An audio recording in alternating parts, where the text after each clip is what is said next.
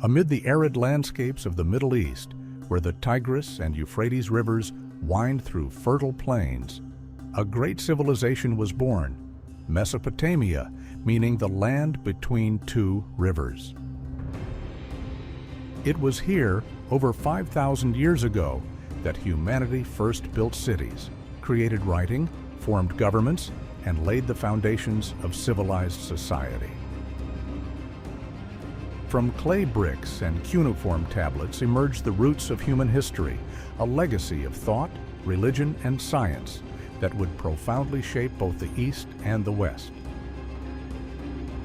To understand why this region is often called the cradle of civilization, let us trace the journey of Mesopotamia, the place where human history truly began. The geography of Mesopotamia played a decisive role in shaping its prehistoric culture. This was a vast plain, arid and hot, with little rainfall, yet endowed with extremely fertile alluvial soil thanks to the Tigris and Euphrates rivers. At first glance, it seemed a land of contradictions, harsh and difficult to inhabit, but holding enormous agricultural potential if its river waters could be harnessed. Nature did not bestow timber, stone, or precious metals here. These had to be imported from elsewhere, but it did provide fertile fields. This very reality forced prehistoric inhabitants to devise unique survival strategies. It was the interplay of challenges and opportunities that made Mesopotamia one of the first regions in human history to develop agriculture and urbanization. Archaeological evidence shows that humans were present in Mesopotamia as early as the late Paleolithic. Stone tools, spearheads, and scrapers discovered at Jarmo, Shanidar, and other sites indicate that the earliest inhabitants lived by hunting wild animals, and gathering wild plants. Shanidar Cave even preserves burials of Neanderthals with pollen scattered around the remains, suggesting that humans had an early awareness of funerary rituals and belief in the supernatural. This provides invaluable evidence that spiritual life existed alongside material life from the very beginning in prehistoric Mesopotamia. Around 10,000 BCE, people in this region began shifting from nomadic life to permanent settlement in small villages. The village of Jarmo, dating to about 7,000 BCE, is considered one of the earliest known agricultural settlements. Excavations there revealed crude pottery, remains of barley, wheat, and legumes, along with bones of domesticated goats and sheep. From mere gathering, humans had learned to sow seeds, harvest crops, and raise animals for meat, milk, and wool. This marked a revolutionary turning point for humankind, the transition from a nomadic to a sedentary agricultural society. The rise of agriculture brought profound changes. First was food security. Whereas earlier people lived in constant uncertainty about tomorrow's hunt, now harvests ensured long-term reserves. This stability fueled rapid population growth, and villages expanded. Yet because rainfall was scarce, farming depended heavily on river water. Thus, inhabitants devised irrigation, digging canals to divert water from the Tigris and Euphrates into fields. Irrigation was not only a breakthrough in agriculture, but also in society, for it required collective coordination, organized management, and ultimately led to the emergence of centralized authority. Agricultural surpluses also enabled labor specialization. Not everyone needed to work the fields anymore. Some became potters, weavers, smiths, or priests in charge of rituals. Society thus became more diverse and complex. At the same time, authority in the community gradually shifted from mere strength or seniority to those who controlled wealth or conducted ceremonies. An embryonic leadership class began to emerge, closely tied to religion and spiritual life.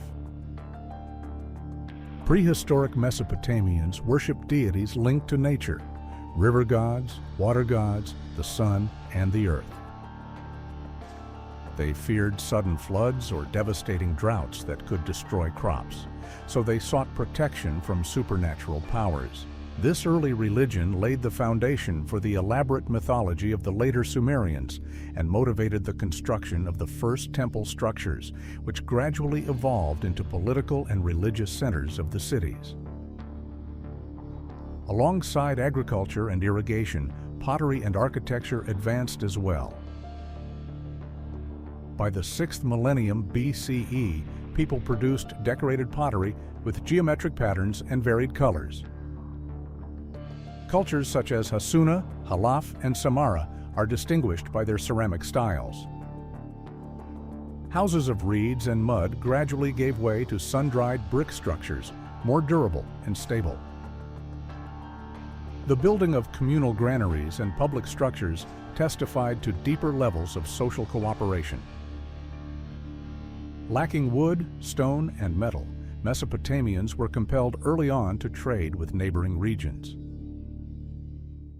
They exchanged grain and textiles for timber from Lebanon, stone from Anatolia, and copper from Iran. These early trade routes not only brought material goods, but also spread technologies and ideas, establishing cross-regional connections at a remarkably early stage. By the late 5th millennium BCE, villages began to grow into towns. A particularly decisive turning point was the rise of Uruk in southern Mesopotamia. From a small settlement, Uruk expanded into a city that may have housed tens of thousands of inhabitants, an unprecedented scale in human history. There, massive temples were built, defensive walls rose, and occupational districts appeared. Most importantly, around 3200 BCE, clay tablets inscribed with cuneiform script emerged in Uruk, marking the invention of writing, a milestone that lifted humanity out of prehistory. Initially used for recording grain, livestock, and taxes, writing eventually evolved into a fully developed system of texts. Thus, the transition from prehistoric times to the Sumerian era was defined by three pivotal factors: the urban explosion of Uruk, the invention of writing, and the emergence of centralized religious political institutions. These developments transformed Mesopotamia from an agrarian village society into a city-state civilization with recorded history. Crossing this threshold, Mesopotamia formally entered the Sumerian age, laying the foundation for the great empires and enduring traditions that followed for millennia. If the prehistoric era laid the foundations with agriculture, irrigation, settlement, and riverside villages, then the Sumerian age marked the great turning point that transformed Mesopotamia into the cradle of civilization. Around the 4th millennium BCE, in southern Mesopotamia known as Sumer, where the Tigris and Euphrates branched into many distributaries before emptying into the Persian Gulf, the first cities in human history emerged along with writing systems, laws, religion, and complex social structures. This was the stage when history officially began, for humanity now possessed the ability to record its existence in writing, leaving behind vivid evidence of the world's earliest urban society. The city of Uruk is regarded as the most prominent center of early Sumer. Between about 3,500 and 3,100 BCE, Uruk developed into a massive urban settlement with defensive walls stretching nearly 9 kilometers and a population of 40 to 50,000, a figure that far surpassed any other contemporary community. Within the city stood the temples of the sky god Anu and the goddess Inanna, raised on elevated mud brick platforms that became focal points of religion, politics, and economy. The most distinctive architectural feature of Sumer was the ziggurat, the step temple tower, first created at Uruk. These monumental structures were not only sacred places of worship, but also symbols of centralized power, venues for festivals, storehouses for grain, and even centers of craft production. Their existence demonstrates organized division of labor, the mobilization of thousands of workers, and the presence of a leadership class capable of managing projects on a vast scale. Alongside monumental architecture came the invention of cuneiform writing around 3200 BCE.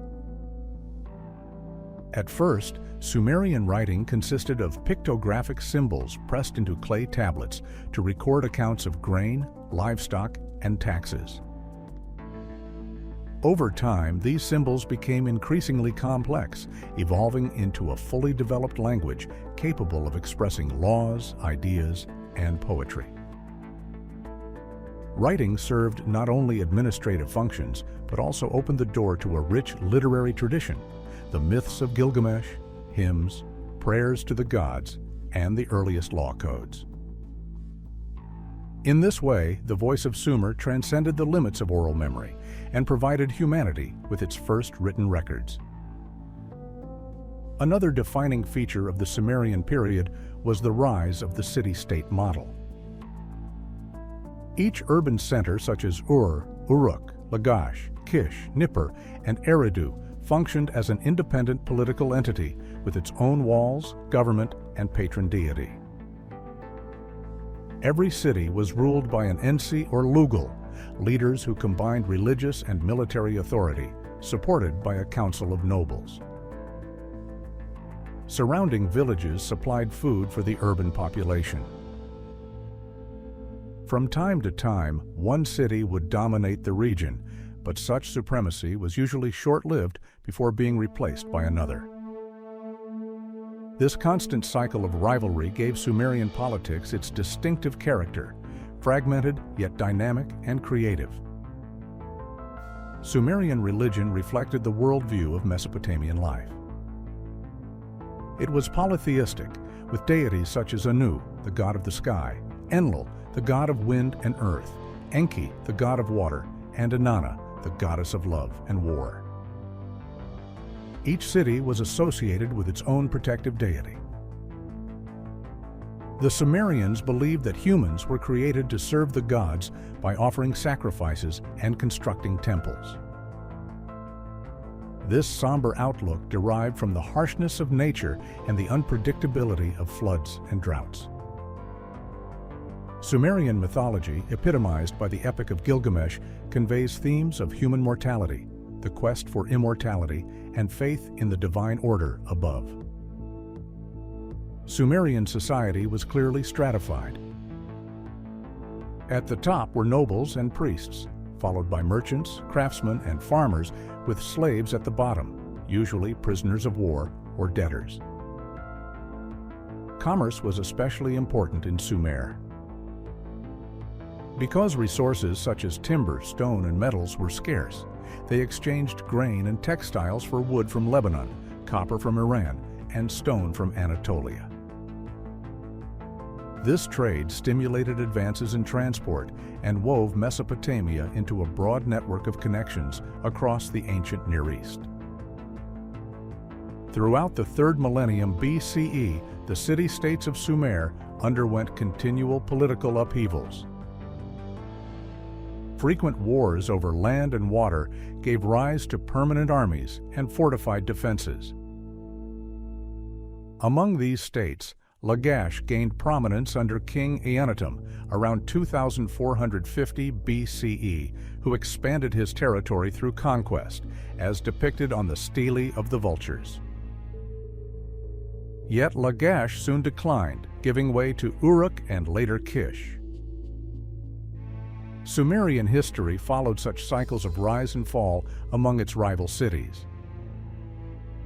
One of the major achievements of the Sumerian period was the appearance of the first law codes. The reforms of Uruk-agina in Lagash around 2350 BCE recorded rules designed to protect the poor from abuses of the elite and the priesthood. Though incomplete, these laws are considered precursors of later codified systems, culminating in the Code of Hammurabi of Babylon. The transition from Sumer to the next great era was marked by the rise of the Akkadian Empire. Around 2334 BCE, a remarkable leader named Sargon, originally of humble origins in Kish, rose to power and conquered all the Sumerian city-states. He unified southern Mesopotamia and expanded northward, founding the Akkadian Empire, the first true empire in human history. With Sargon's conquests, the long era of independent Sumerian city-states came to an end. The Akkadian Empire, which lasted from around 2334 to 2218 BCE, is often regarded as one of the first centralized empires in human history, marking a major turning point in the development of Mesopotamian civilization. Its founder was Sargon of Akkad, a legendary figure with a colorful origin story. Tradition recounts that he was once an abandoned child, placed in a basket and set adrift on the Euphrates River, only to be rescued and raised by a gardener. Rising from such humble beginnings, he gradually ascended within the political structure of Kish, ultimately overthrowing its king and paving the way for a career of extraordinary conquest. Around 2334 BCE, Sargon defeated the city of Uruk and captured King Lugal-Zaggisi, who had only recently managed to establish temporary dominance over several Sumerian city-states. Lugal-Zaggisi, shackled and brought before the temple of the god Enlil at Nippur, symbolized the end of an old era and the beginning of a new one, in which power was no longer confined to individual city-states, but concentrated in the hands of a single ruler. From this initial victory, Sargon rapidly expanded his influence, subjugating the remaining Sumerian cities and advancing into surrounding regions such as Syria, Anatolia, and Elam. Through military skill and political boldness, he proclaimed himself king of the four corners of the world, asserting authority far beyond the traditional scope of small kingdoms.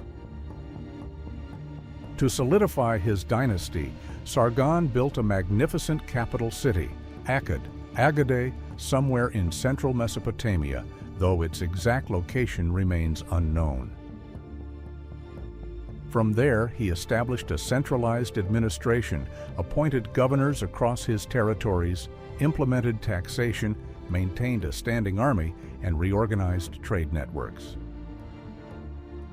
A particularly astute political move was the appointment of his daughter Enheduanna as high priestess of Ur-Ur.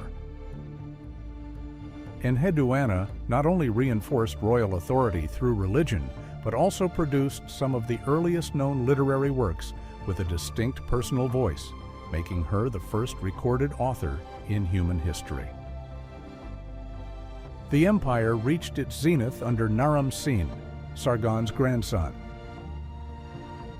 Naram-Sin quelled rebellions in Sumer, expanded into the Zagros Mountains, and defeated the Lulubi tribes. He was the first ruler in history to declare himself divine while still alive.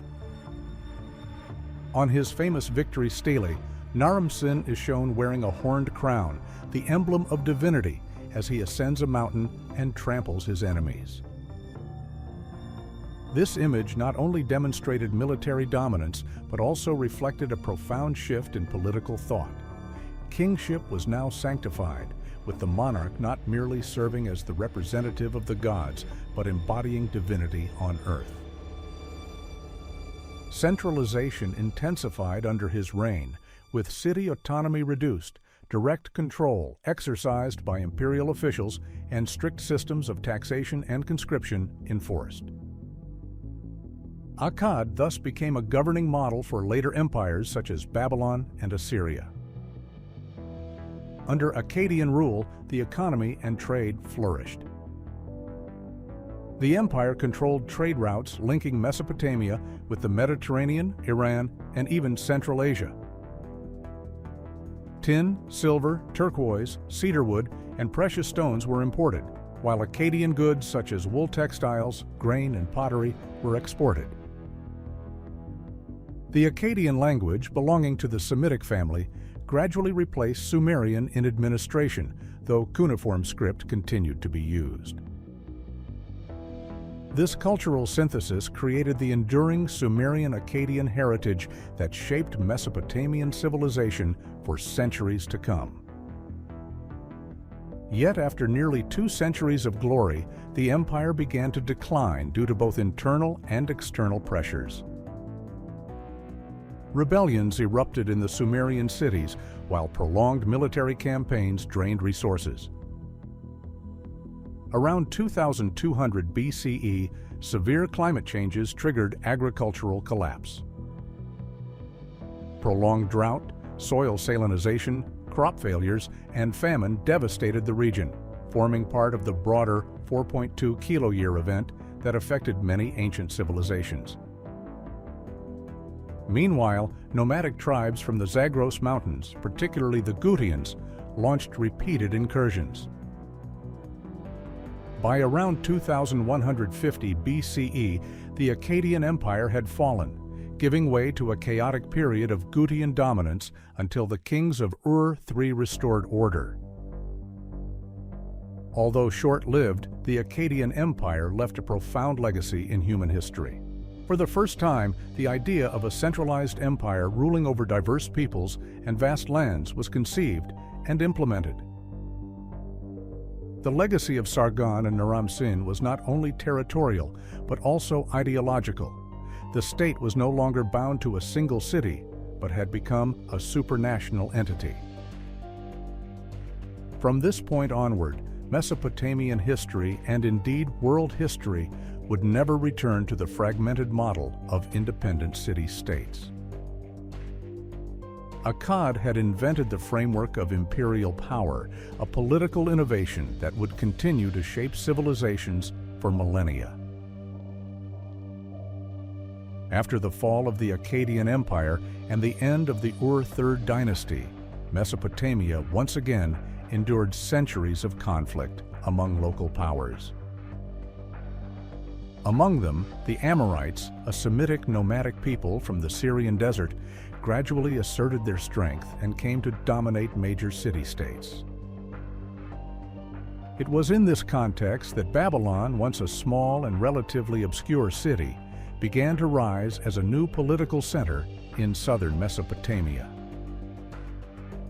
Around 1894 BCE, an Amorite dynasty was established in Babylon, marking the beginning of the period known as Old Babylon.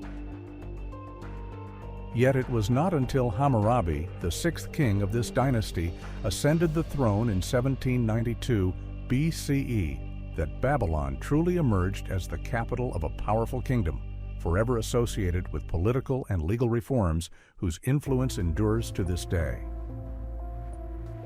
When Hammurabi first took power, Babylon was far from being the dominant force in the region. Mesopotamia was still fragmented into numerous city-states. In the south, Sumerian centers such as Ur, Isin, and Larsa remained influential. To the north, powers like Mari, Ishnuna, and the young Assyrian kingdom competed for dominance. Through a combination of political skill, military discipline, and diplomatic shrewdness, Hammurabi built a strong and well-organized army. At first, he wisely maintained peaceful relations, forging temporary alliances with Mari and Assyria, while strengthening the internal economy and administration of Babylon. Once his foundations were secure, Hammurabi launched a series of campaigns over several decades. One by one, he defeated Larsa in the south, Ishnuna in the east, and finally Mari in the north. By around 1761 BCE, the entire land of ancient Sumer and Akkad had been unified under Babylonian rule, making Hammurabi the king who once again brought Mesopotamia under a single crown, following in the footsteps of Sargon of Akkad. The most remarkable aspect of Hammurabi's legacy lies not only in his military achievements, but in his role as the first ruler in history to turn law into a public instrument of governance applied across his entire kingdom. The Code of Hammurabi, carved into a diorite stele nearly 2.5 meters tall, was erected in a public space so that all subjects could read and know the laws. At the top of the stele, Hammurabi is depicted standing reverently before Shamash, the god of justice, receiving from him the scepter and the ring, symbols that his legislative authority came from the divine. Below this image are inscribed 282 laws that regulate nearly every aspect of life: marriage, inheritance, contracts, wages, commerce, official duties, and punishments for theft, murder, and fraud. The code is famous for its principle of an eye for an eye, a tooth for a tooth, a form of retributive justice. At the same time, it reveals a society deeply structured by hierarchy. Free men, slaves, merchants, priests, and nobles each had legally defined positions, and punishments for the same offense could differ depending on the social status of both offender and victim. Although inequality persisted, Hammurabi's code marked a decisive shift in legal history. Law was no longer a secret held by kings and priests, but a public standard applied to all subjects. It embodied Hammurabi's political philosophy, the king as the shepherd of the people, chosen by the gods to uphold order, deliver justice, and ensure prosperity for society. Under Hammurabi, Babylon flourished not only in law and the military, but also in economy and culture. The unification of Mesopotamia revived and expanded trade routes, bringing goods from the Mediterranean to Iran and even India. Temples, canals, irrigation works, and palaces were built, enhancing both the wealth and prestige of the kingdom. The Akkadian language became the official administrative tongue, while cuneiform writing continued to be widely used for recording laws, literature, and commercial transactions. The fusion of ancient Sumerian traditions with the Semitic influences of the Amorites created the distinctive cultural foundation of Babylon. Yet Babylon's golden age under Hammurabi did not last forever. After his death in 1750 BCE, his successors lacked the strength to maintain centralized authority. Distant provinces rebelled, while new external powers grew increasingly aggressive. Around 1595 BCE, the Hittites from Anatolia suddenly launched a campaign against Babylon, stormed the capital, and brought an end to the Amorite dynasty. This event marked the fall of Old Babylon and ushered in a new era of political fragmentation in Mesopotamia, paving the way for Assyria in the north to rise as the next great power. Thus, the reign of Hammurabi represents far more than a period of Mesopotamian unity. It laid a lasting foundation for the development of law and governance in human history. Hammurabi transformed law from a hidden instrument of authority into a public institution, opening the way for the idea of legal rule in later civilizations. That legacy, together with the image of Babylon at its height under his reign, stands as one of the brightest milestones in the long history of Mesopotamian civilization. After the decline of ancient Babylon at the hands of the Hittites and the ensuing period of turmoil, the northern region of Mesopotamia, home to the city-states of Assur, Nineveh, and Arbela, gradually emerged as a new center of power. The Assyrians, a Semitic people settled along the Tigris River, had long been known for their military tradition and organizational skills. At first, they were merely a small kingdom around the city of Assur, sustained by trade and agriculture. Yet from the late 2nd millennium BCE onward, Assyria began to expand its territory, asserting its influence, and by the time of the Neo-Assyrian period, between the 9th and 7th centuries BCE, they had forged one of the largest and most formidable empires of the ancient world. The rise of Assyria was closely tied to military and political reforms. Kings such as Tiglath-Pileser III transformed the Assyrian army from a force of conscripted peasants into a professional war machine. For the first time in history, a state established a permanent standing army equipped with durable iron weapons and trained in coordinated tactics. The Assyrians were not only powerful in open field battles, but also renowned for their expertise in siege warfare. They built battering rams, massive wooden siege towers, used picks to smash walls, and dug tunnels beneath fortifications to collapse them.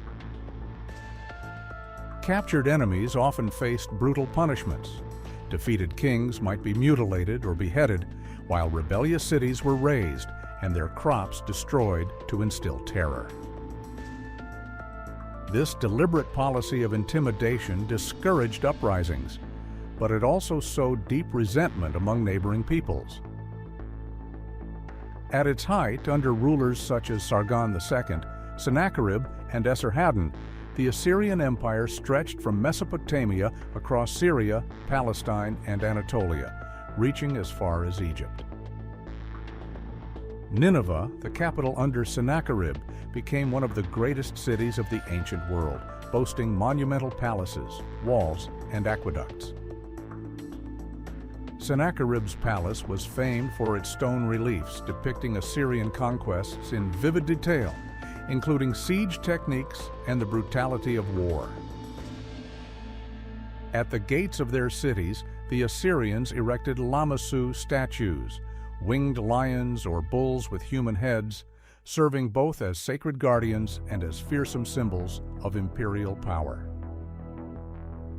Alongside their military dominance, the Assyrians left a lasting cultural and intellectual legacy. King Ashurbanipal, one of their most renowned rulers, founded a vast library at Nineveh, housing tens of thousands of clay tablets inscribed with cuneiform. Thanks to this collection, many literary, religious, and scientific texts from Sumer Akkad and ancient Babylon were preserved for posterity, including the Epic of Gilgamesh. This was proof that Assyria was not only a warrior society, but also a civilization that valued the preservation and assimilation of earlier knowledge. However, rapid expansion and harsh rule ultimately led to Assyria's downfall.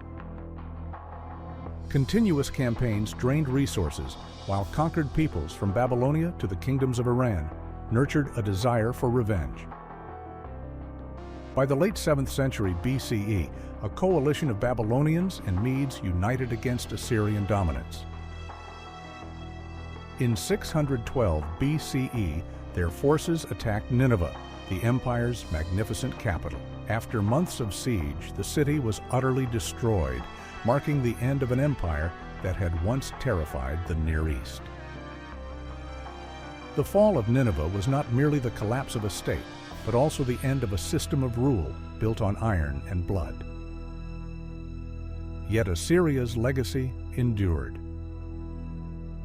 The tradition of professional armies, advanced siegecraft, centralized bureaucracy, and above all, its art and architecture, battle reliefs, and lamassu statues remained indelible marks on Mesopotamian history.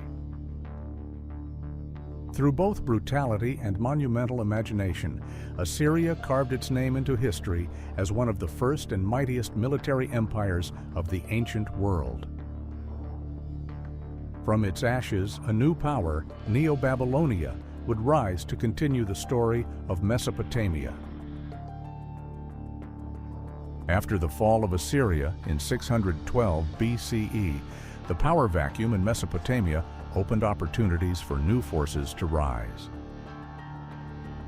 Among them, the Chaldean dynasty in Babylon quickly asserted its authority and established what became known as the Neo-Babylonian period, lasting from 626 to 539 BCE. This era is considered the final flourishing chapter of ancient Mesopotamian civilization before the region fell under the long-lasting control of foreign empires. The Neo-Babylonian dynasty, ruled by ambitious and powerful kings, transformed Babylon into the political, economic, cultural, and religious heart of the region, reaffirming the radiant identity that earlier kingdoms had built. The peak of this dynasty came under King Nebuchadnezzar II, 605 to 562 BCE, the monarch who elevated Babylon into one of the most magnificent capitals of the ancient world. He expanded the city, fortified its walls, and planned wide, organized streets. The processional street, paved with glazed blue bricks and decorated with lions, bulls, and sacred dragons, became the ceremonial axis leading to the main temple. Most remarkable among his architectural achievements was the Ishtar Gate, one of the most celebrated masterpieces of ancient art. Faced with deep blue glazed bricks and adorned with shining reliefs of divine creatures, it was not merely an entrance, but a proclamation of Babylon's grandeur, symbolizing its status as the center of the universe in both religion and politics. Nebuchadnezzar II was not only a visionary builder, but also a brilliant military strategist. Under his reign, Babylon consolidated control over all Mesopotamia and expanded westward, especially into the Levant. In 586 BCE, he launched a campaign against Jerusalem, destroying the first Temple of Solomon and exiling much of the Jewish population to Babylon. This tragic event, vividly recorded in the Bible, profoundly shaped Jewish identity while demonstrating Babylon's military might. The policy of forced exile served as both punishment and a method of control, enriching Babylon with skilled labor from conquered lands. Culturally, Neo-Babylonia witnessed a renaissance of Sumerian and Akkadian traditions. The royal court sponsored scholarship and religion, restored massive ziggurats, and reaffirmed the supremacy of Marduk, Babylon's chief deity. The annual Akidu festival, New Year's celebration, was held with grandeur along the processional street, reinforcing divine kingship and civic pride. In science, Babylonian scholars made lasting contributions to astronomy, mathematics, and medicine, compiling star charts and lunar calendars that influenced later Greek and Islamic astronomy. Nebuchadnezzar II is also linked to the legend of the Hanging Gardens of Babylon, one of the 7 wonders of the ancient world. Said to have been built for his Median queen who missed her mountain homeland, the terraced gardens supposedly rose high above the city, irrigated by ingenious hydraulic systems. Though archaeologists still debate their existence, the legend endures as a symbol of Babylon's splendor and human creativity. However, this brilliance faded quickly after Nebuchadnezzar's death.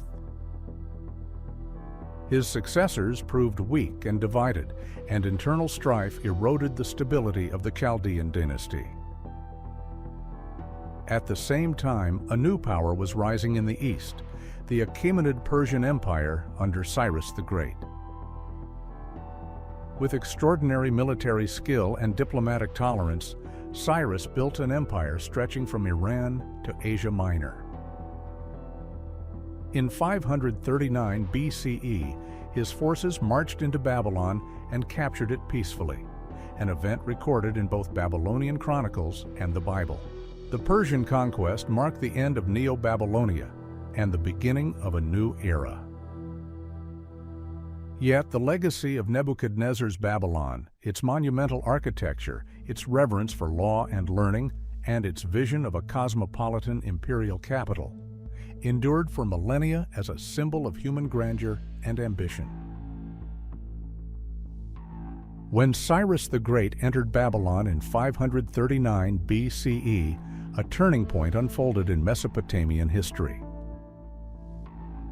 This event marked the end of Neo-Babylonia and the beginning of a new era under the rule of the Achaemenid Empire, one of the largest and most powerful empires of the ancient world. Unlike many conquerors before him, Cyrus adopted a different approach. He did not destroy the city, nor did he impose forced changes on its inhabitants. Instead, he showed tolerance and respect for local traditions. For this reason, he was quickly regarded by the local population, especially the Babylonians and those communities that had suffered exile under previous rulers, as a true liberator. A clear example of this policy was Cyrus's decree allowing the Jews, who had been exiled by Nebuchadnezzar II, to return to their homeland and rebuild the Temple of Jerusalem. This act was not only humanitarian, but also a shrewd political decision, as it secured the loyalty of diverse communities across the vast territory he controlled. Cyrus's religious tolerance was later immortalized on the Cyrus cylinder, a famous inscription often described as the first declaration of human rights in history. Under Achaemenid rule, Mesopotamia's administration was reorganized according to the satrapy system, provinces governed by satraps. Each satrap enjoyed considerable authority over taxation, military affairs, and order, but remained under close supervision by the royal court. Notably, the system of the king's eyes and ears functioned as an effective network of inspectors to ensure no satrap overstepped or conspired against the throne. Even so, in Mesopotamia, most of the customs and administrative practices from Babylonian times were preserved, making the transfer of power relatively smooth and minimally disruptive.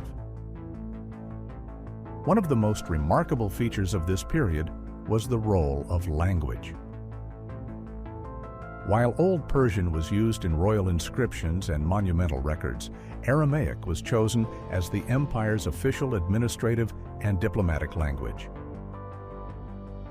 This adoption of Imperial Aramaic turned it into a unifying medium for documents, decrees, and trade across the empire, stretching from Asia Minor to India. In this way, Mesopotamia and its neighbors became not only connected to the Persian court, but also integrated into a transcontinental network of politics, economy, and culture. It was, in effect, one of the first instances in history where a common language facilitated the cohesion and operation of a global empire. In matters of religion, the Persians practiced Zoroastrianism, worshipping Ahura Mazda, but they did not compel conquered peoples to abandon their faiths. In Babylon, citizens continued to venerate Marduk, celebrate the Akitu festival, and maintain the ziggurat temples that were central to their spiritual life. This policy of religious respect not only secured political stability, but also ensured that Mesopotamia remained a vibrant cultural and religious center where ancient traditions were preserved and even spread further.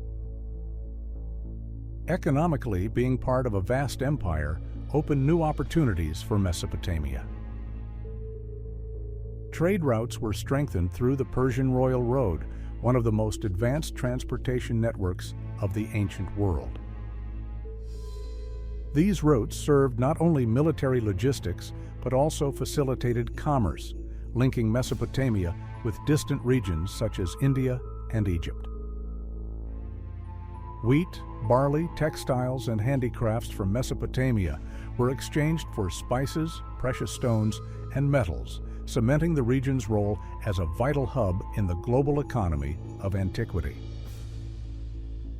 Despite being under Persian rule, Mesopotamia did not lose its identity.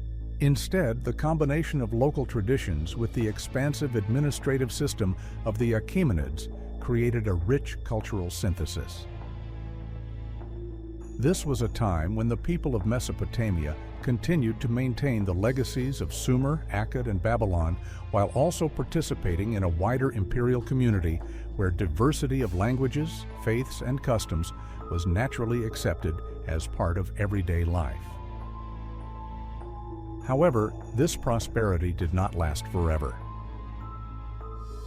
By the time Alexander the Great entered Mesopotamia in 331 BCE after the Battle of Gaugamela, Achaemenid power had weakened significantly. With the victory of the Greek Macedonian army, the Achaemenid Empire collapsed, ending over 2 centuries of Persian rule in Mesopotamia. This event not only ushered in the Hellenistic era, but also reaffirmed the region's enduring role as a crossroads of history, from the earliest city-states to the world's first empires, from Babylon to Assyria, then to Persia, and now it was the Greeks who would leave their mark upon this ancient land. After the death of Alexander the Great in 323 BCE, the vast empire he had forged from Macedonia to India quickly fragmented under the hands of his successors. The wars among these heirs, known as the Diadochi Wars, turned Mesopotamia into a strategic battlefield.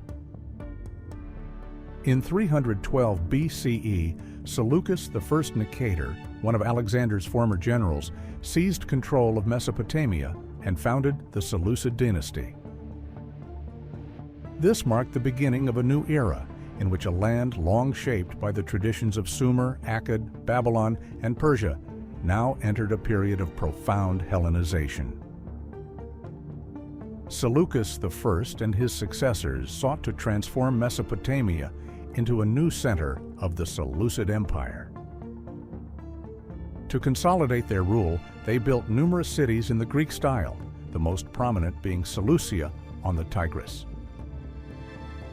This city soon replaced ancient Babylon as the administrative, economic, and cultural capital of the region. Seleucia's architecture bore the distinct imprint of Greece: grid-patterned streets, large public squares, temples dedicated to Greek gods, and open-air theaters. It was not merely a political hub, but also a powerful symbol of Greek cultural presence at the very heart of Mesopotamia. Alongside urban development, the Seleucids encouraged Greek migration into the region. Greek administrators, generals, and merchants were invited to settle in these new cities, forming a ruling elite steeped in Greek identity. This class controlled key positions in government and the military, while preserving Greek lifestyles, clothing, arts, and religious practices. Their presence profoundly altered Mesopotamian political and social life, creating a governing structure in which Greeks held the dominant role while the native population was often relegated to lower social strata. Yet the Seleucid dynasty did not entirely erase local traditions. In many cases, they allowed Semitic, Akkadian, and Babylonian communities to continue practicing their customs, faiths, and languages. Local religions, such as the worship of Marduk or Ishtar, persisted alongside the cults of Zeus and Apollo. Aramaic remained widely used in communication and trade, even though the government promoted Greek in administration and elite culture. This coexistence produced a hybrid society where Hellenistic influences thrived without completely displacing Mesopotamia's ancient heritage. This cultural fusion created a dual identity for the people of Mesopotamia under Seleucid rule. On one hand, they lived within a political and cultural framework heavily shaped by Hellenization, with new cities, laws, and customs. On the other hand, they preserved deep ties to their ancestral traditions through language, religion, and long-held practices. The coexistence of these two worlds made Mesopotamia a uniquely diverse land, where Greek and Eastern traditions did not cancel each other out, but merged to form a distinctive new character. However, the process of Hellenization was not always smooth.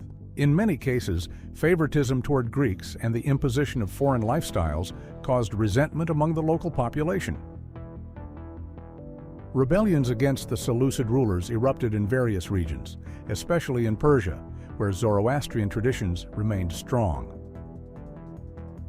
These uprisings destabilized Seleucid authority and forced the dynasty into repeated military campaigns to suppress dissent. By the late 3rd century BCE, Seleucid power had begun to wane under pressure from multiple directions. From the east, the Parthians emerged as a rising force, gradually taking over territories once held by the Seleucids. After the decline of the Seleucid Empire in the latter half of the 2nd century BCE, Mesopotamia entered a new phase under the rule of the Parthians, the Arsacid dynasty. The Parthian Empire, which lasted from around 247 BCE to 224 CE, differed markedly from earlier centralized models of governance. Instead of exercising tight control over every region as Assyria or Babylon once had, the Parthians employed a looser confederation model, granting significant autonomy to local kings. In Mesopotamia, as many as 18 client kingdoms coexisted, nominally under Parthian authority, yet each maintaining its own political and cultural identity. This system allowed the Parthians to govern a vast realm stretching from the Iranian plateau to the Mesopotamian valley without relying on an enormous bureaucratic apparatus. The initial Parthian capital remained Seleucia, the city founded by the Greeks, but political and military power soon shifted to Ctesiphon on the banks of the Tigris near modern-day Baghdad. There, the Parthians built grand palaces, most notably the palace with the great Iwan of Khosrow, regarded as one of the architectural marvels of antiquity. Ctesiphon quickly became the political heart of the empire and a symbol of Parthian authority in Mesopotamia.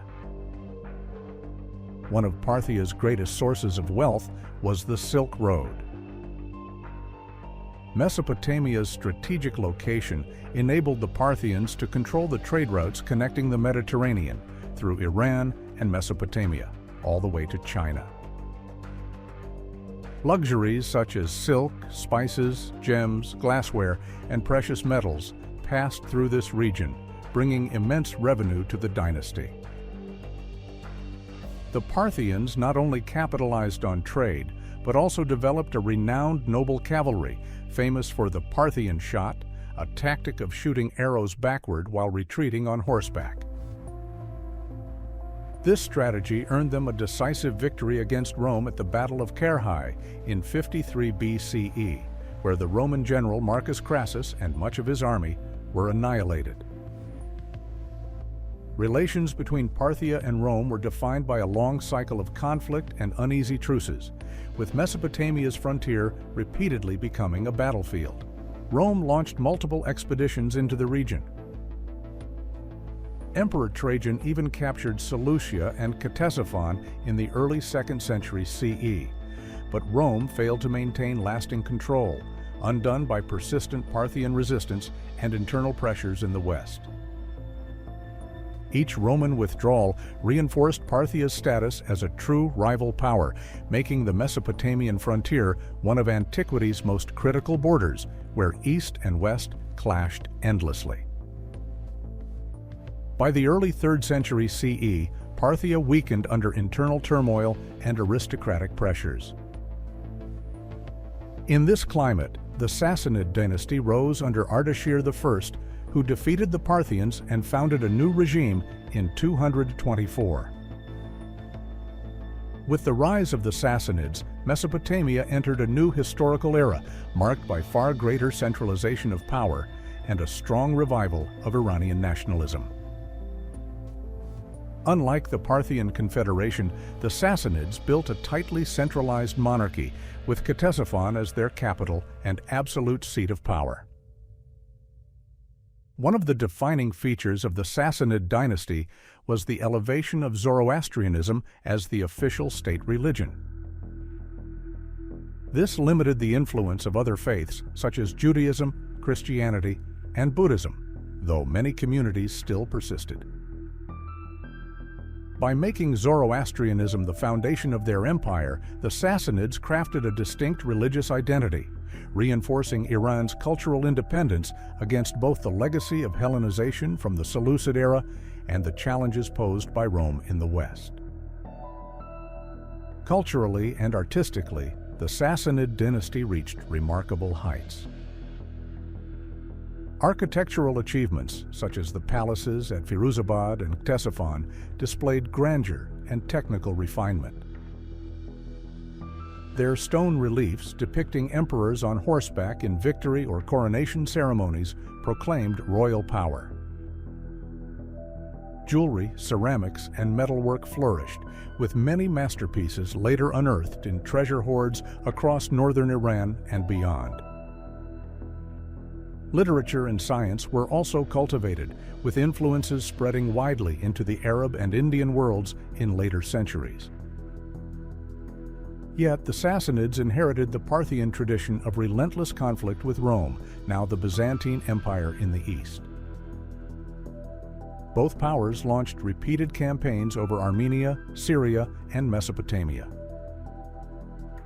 Though occasional peace treaties were signed, war soon flared again. This unending struggle drained the resources of both empires, leaving them vulnerable at the moment when Islam began to rise from the Arabian Peninsula. By the mid-7th century, Islamic armies from Arabia launched rapid conquests. In 637, they defeated the Sassanids at the Battle of Al-Qadisiyah, opening the way into the heart of Mesopotamia. By 651, Yazdegerd III, the last Sassanid king, was killed, marking the fall of a dynasty that had once embodied the might of ancient Iran. Yet the legacy of Parthia, and especially the Sassanids, endured. Their architectural, artistic, religious, and scientific achievements were absorbed and expanded upon by the Islamic world, helping to shape the brilliance of Islamic civilization that followed. After the Muslim forces of the Rashidun Caliphate won a decisive victory over the Sassanian army at the Battle of Qadisiyah in 637, the whole of Mesopotamia officially became part of the Islamic world. This event marked a major turning point in the region's history, not only transforming its political system, but also ushering in a new era of religion, culture, and society. Following their victory, the Rashidun quickly seized Ctesiphon, the old Sassanian capital, and laid the foundations of a new order. The Muslims reorganized the administrative system, redistributed land and taxation, and allowed a certain degree of tolerance toward Jewish, Christian, and Zoroastrian communities, provided they paid the jizya tax and accepted the new political authority. This helped stabilize Mesopotamia, which had just endured years of exhausting warfare under the Sassanians.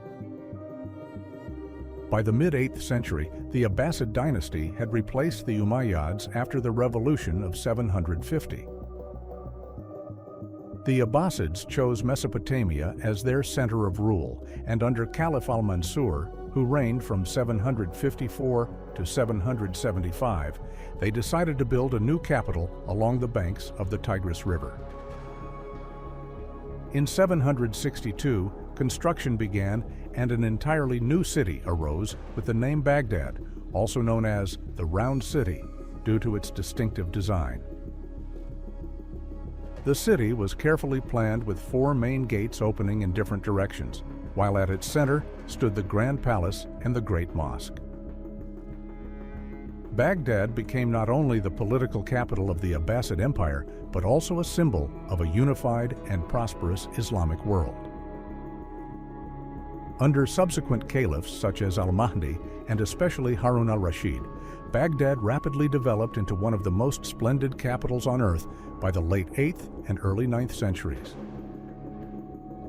Its strategic location allowed it to become a hub of international trade. Ships from China brought silk, paper, and porcelain. From India came spices and precious stones, and from Africa arrived gold and ivory. Merchants from the Mediterranean were also present, carrying wine, glassware, and European goods. Thanks to this rich flow of commerce, Baghdad was celebrated as the wealthiest city of its age, with markets overflowing with silver, gold, and luxury goods. Beyond its economic prosperity, Baghdad became the cultural and intellectual center of the Islamic world. Under Caliph al-Ma'mun, who reigned from 813 to 833, the translation movement and scientific research reached their peak.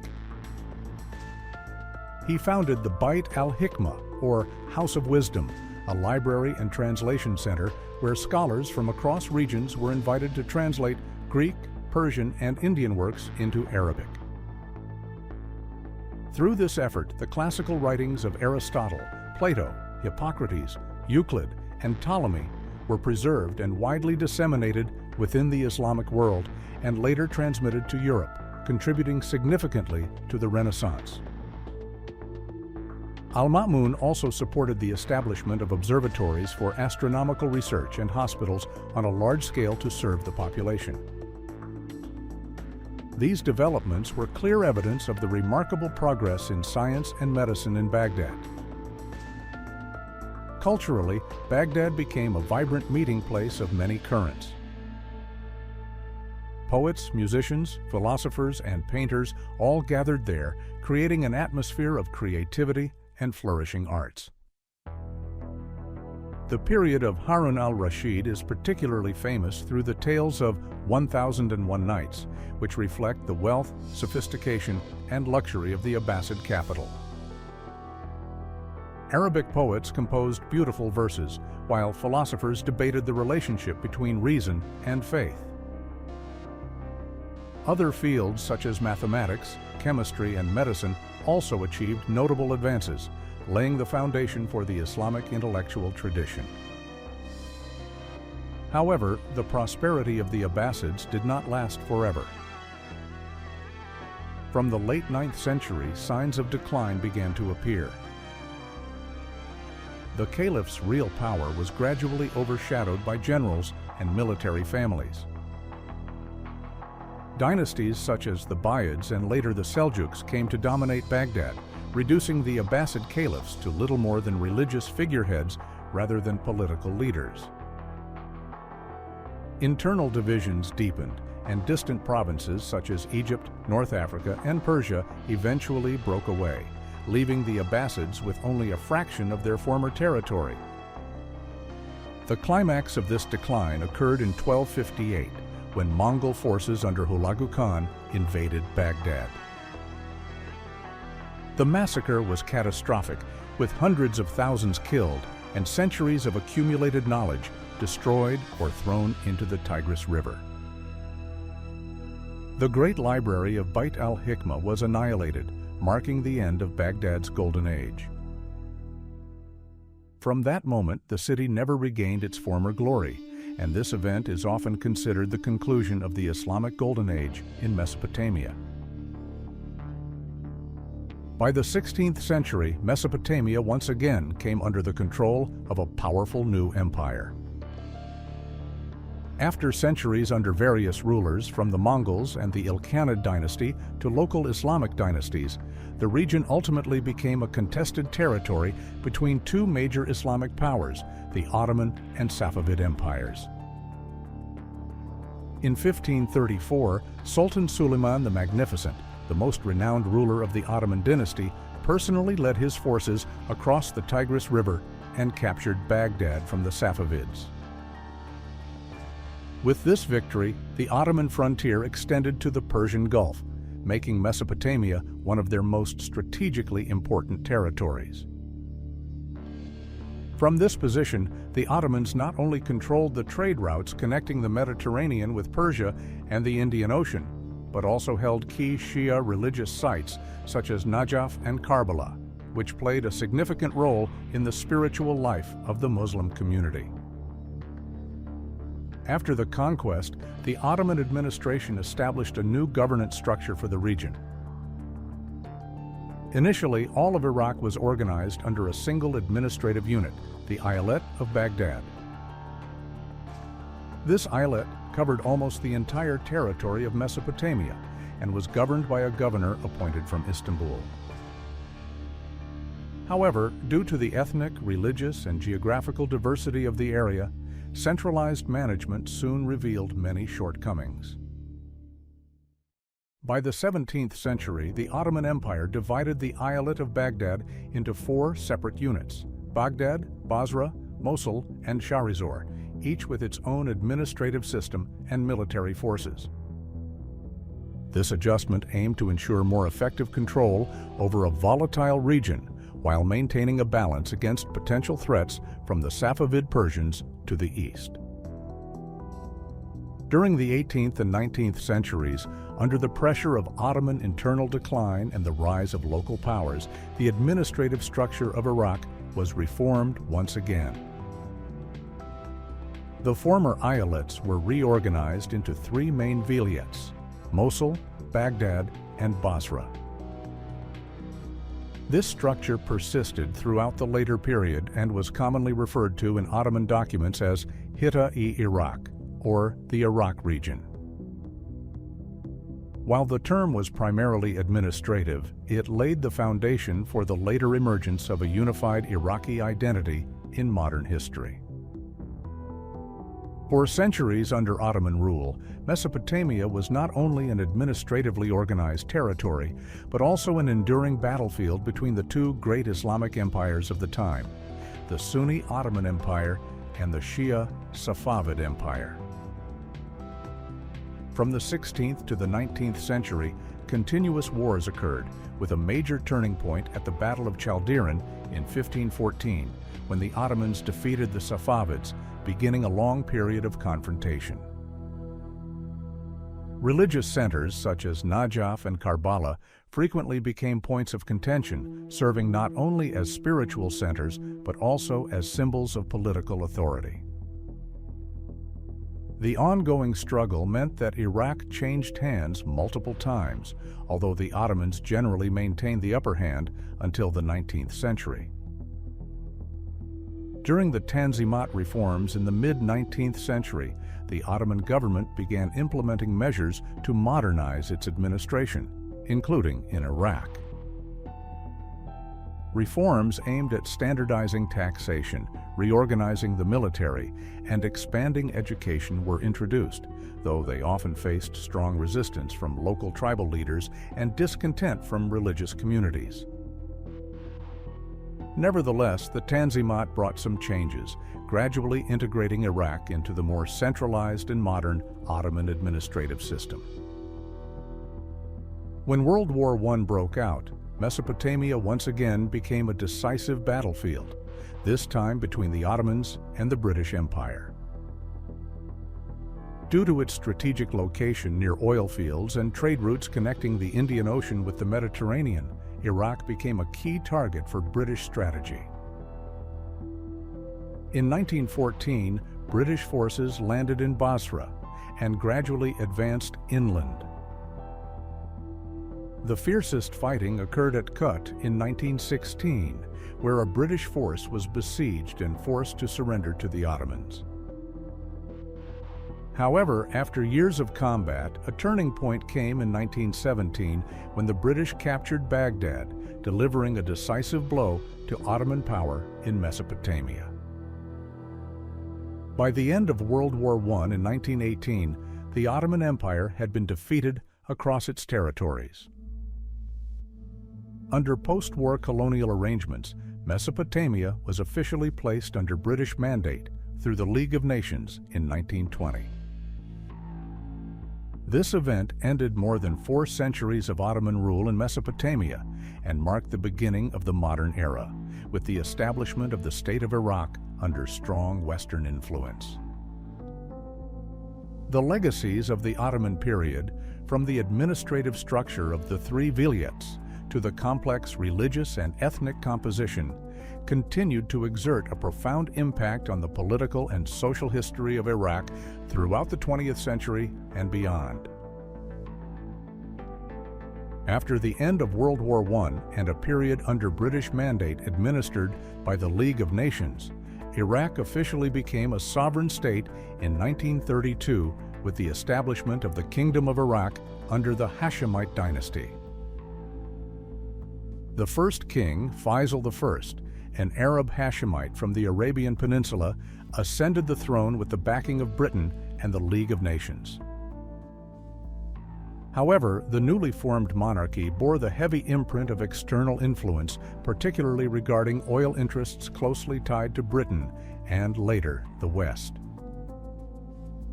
In its early years, the Kingdom of Iraq struggled to assert independence while confronting internal instability caused by religious and ethnic divisions and popular resentment toward foreign domination.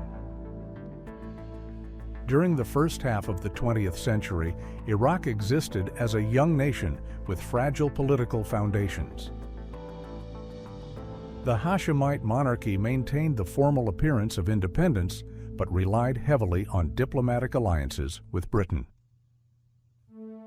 Latent conflicts among the majority Shia Arab population, the Sunni ruling elite, and the Kurdish communities in the north began to form deep fractures.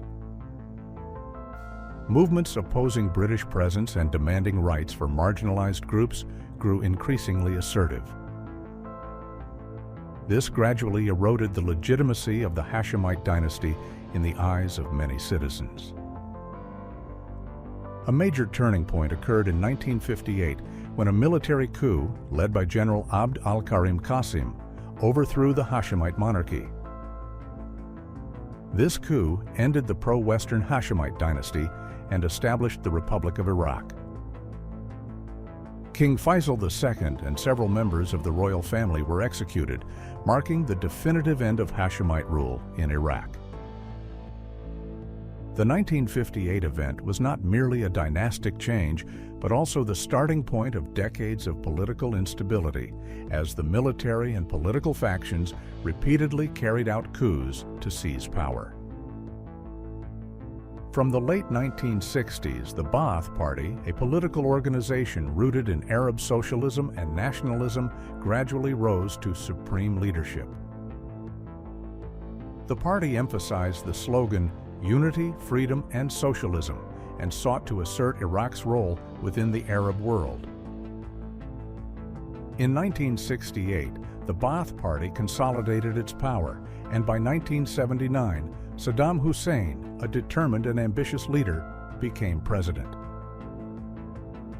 Under Saddam's rule, Iraq quickly emerged as one of the region's most influential states, but also entered a period marked by conflict and suffering. The 1980s witnessed the bloody 8-year Iran-Iraq War. The conflict arose from disputes over the Shatt al-Arab border and Saddam's ambitions to exploit Iran's post-1979 revolutionary turmoil to expand influence. From 1980 to 1988, the war devastated both nations. Millions of soldiers and civilians perished, Iraq's infrastructure was destroyed, and its economy collapsed. Nevertheless, Saddam Hussein declared Iraq the victor, though the war effectively ended in stalemate. The conflict increased the absolute power of the Ba'ath regime while leaving deep social scars across Iraq. Before the nation could recover from the Iran-Iraq War, Iraq faced another crisis with the invasion of Kuwait in 1990. Saddam justified the attack by accusing Kuwait of overexploiting oil and engaging in economic manipulation. This sudden aggression prompted intervention from a U.S.-led international coalition. The First Gulf War in 1991 quickly ended in Iraq's humiliating defeat. Iraqi forces were expelled from Kuwait, and severe United Nations sanctions crippled the economy. From that point, Iraq entered a period of profound socio-economic crisis with widespread deprivation, while Saddam maintained control through repression and a brutal security apparatus. In the early 21st century, Iraq's fate shifted again when the United States and an international coalition launched the 2003 invasion, citing alleged possession of weapons of mass destruction and links to terrorism. Although these claims were later proven unfounded, the war swiftly toppled Saddam Hussein's regime and ended Ba'ath Party rule. Saddam was captured, tried, and executed in 2006, concluding a violent chapter in modern Iraqi history. However, the fall of the Ba'ath regime did not bring stability. Instead, Iraq descended into a new cycle of violence marked by the rise of armed groups, terrorist movements, and deepening sectarian and ethnic divisions. Sunni, Shia, and Kurdish factions vied for power within a Western-backed political structure. Terrorist attacks occurred repeatedly, infrastructure remained fragile, and ordinary citizens faced persistent insecurity. Particularly after 2011, the emergence of the Islamic State, IS, plunged Iraq into a renewed civil war. Many major cities in the north and west, including Mosul, fell under IS control, creating a humanitarian catastrophe and destabilizing regional security. Nevertheless, Iraq has also made efforts toward reconstruction and sustainable development. Elected governments, though weak and under pressure, have sought to steer the country out of chaos. The international community has supported Iraq in institution building, economic recovery, and counterterrorism. By the late 2000s, with the assistance of international coalitions and local militias, IS was territorially defeated, opening new opportunities for Iraq's stabilization and revival. Today, modern Iraq continues to face numerous challenges, from corruption, political polarization, and infrastructure reconstruction after decades of conflict to reconciling long-standing sectarian and ethnic differences among Sunni, Shia, and Kurdish communities. Nevertheless, Iraq has gradually asserted itself as an independent nation with a significant voice in Middle Eastern politics. Its abundant oil resources, coupled with the potential for cultural and academic development rooted in the heritage of ancient Mesopotamia, continue to make Iraq a key player in the global geopolitical landscape. From the earliest city-states of the Sumerians to the mighty empires of Babylon and Assyria, Mesopotamia witnessed the rise and fall of civilizations that shaped the destiny of humankind. Though today its cities lie in ruins beneath the sands of Iraq, Syria, and Iran, the legacy of Mesopotamia endures in our languages, laws, astronomy, mathematics, and faiths. It was here that humanity wrote the very first chapter of history, a chapter that began the grand story of civilization itself.